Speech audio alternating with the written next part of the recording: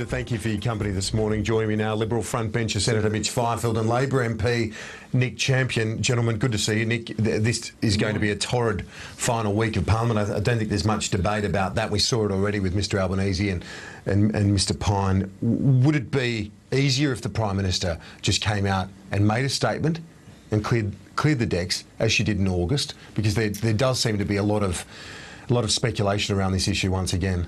Well, the only reason it's going to be torrid, Kieran, is because the opposition are deliberately making it so. And rather than debating policy, which is what my constituency wants, they want to know about the car industry and about broadband, about health and jobs.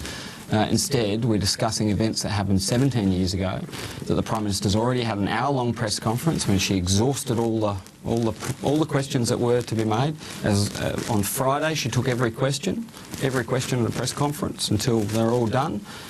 At some point, the opposition just has to let go of this thing, accept that there's nothing there, and get back to the real job that we're elected to do, which is to talk about policy. We're seeing these former union figures coming out, Ralph Blewett last week, and then Bruce Wilson's counter intervention. Isn't it just better for the Prime Minister to just take on the issues, the questions that are being raised by the coalition, and deal with them? Deal with them forensically, categorically, and be done with it. Sure, you've got people coming out and talking about this matter, but as I said before, the Prime Minister had a press conference, answered every question. She answered every question on Friday. She had a press conference. Journalists are free to ask her questions, and she has answered them.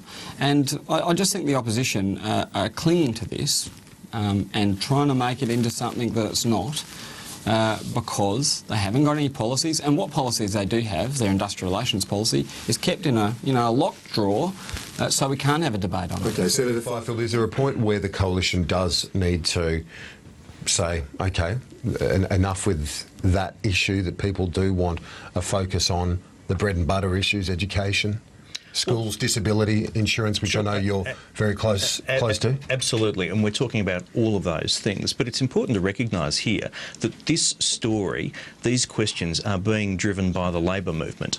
It's Mr Stiatt-Brown, it's Mr Blewett who are posing questions. This isn't the creation of the Liberal Party. This comes from the Labor movement. And look, I certainly haven't been following this as forensically as Julie Bishop, George Brandis and Erica Betts.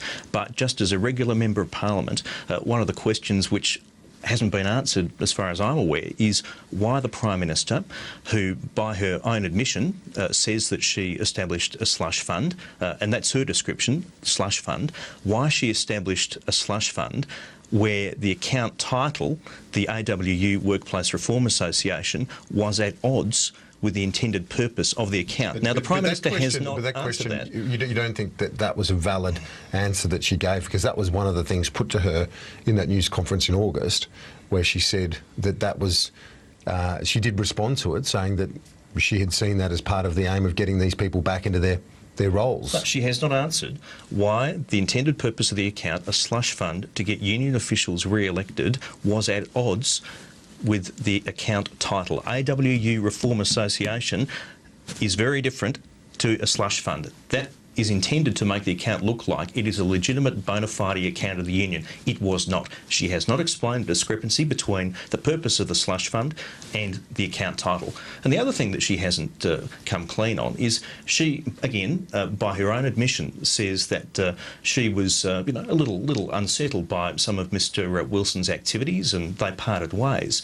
But she has never said what she knew, she has never said when she knew it, and she has never said what she did with that information that she had. She needs to answer those questions. They're legitimate questions, and it's not just the opposition who are asking them, they're primarily being driven by figures in the union movement. This gentleman, Bruce Wilson, yesterday spoke, and it was in the Sunday papers, saying that categorically the Prime Minister knew absolutely nothing. Then ministers came out and said that was it, story over.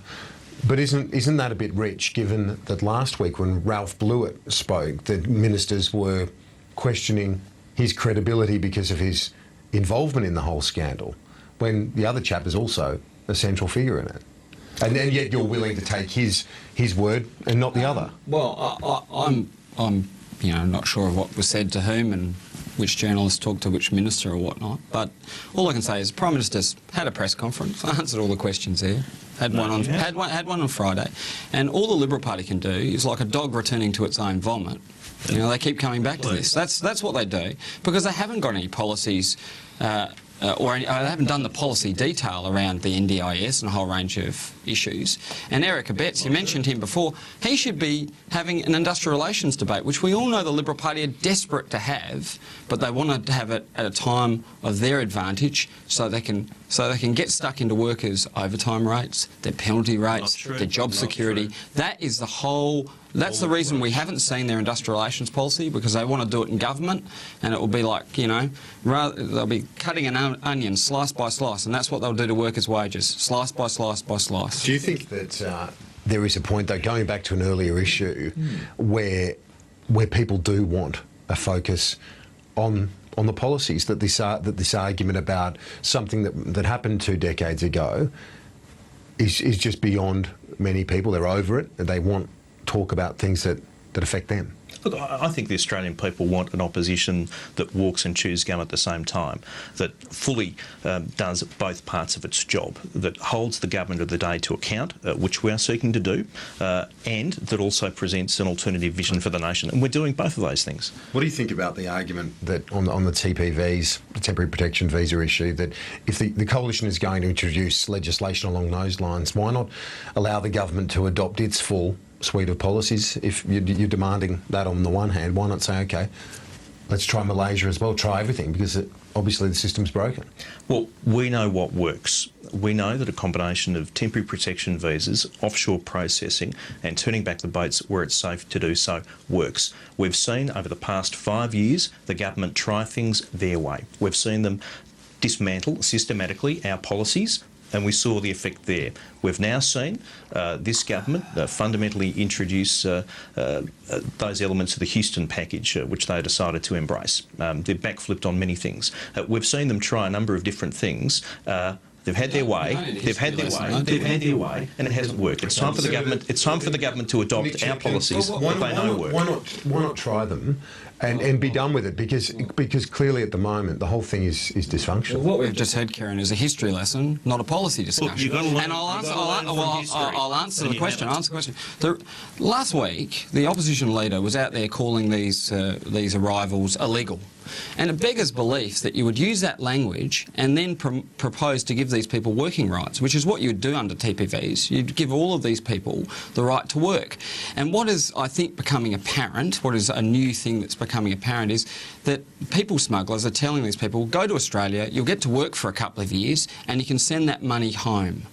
And that is a very big problem, because the money they send home might fund might fund their families and stuff, but it might fund the next wave of arrivals. So we've got to be very, very careful. It's an evolving picture. I think you have to be careful about TPVs, and that's one of the reasons why we should be careful of them. But what we need to do, what we need to get back to, is have the Malaysian transfer agreement put to the Parliament, and the opposition should just vote for it. It's got a sunset clause in there. It'll expire in a year. Let the government try its policy. Let the government try its policy. Tony Windsor says that all parliamentarians should be ashamed with the nature of the debate, that it's veiled with racism. Do you agree with him? Look, I'm not sure I'd agree with him that it's veiled with racism. I think politicians have to be careful about this debate, because we don't want to throw out the very good things about multiculturalism and the good things about the people who've come here as refugees and gone on to contribute great things to the country. But we do have to stop this trade in people, and we do have to stop boats sinking, because it's dangerous not just for the people on those boats, but for our defence forces and our customs staff and our police. Yeah, what do you say to this view of Tony Windsor that MPs should be ashamed over the nature of this debate? Look, I'm completely over the sanctimony of independence in this Parliament. This is a pretty clear-cut case.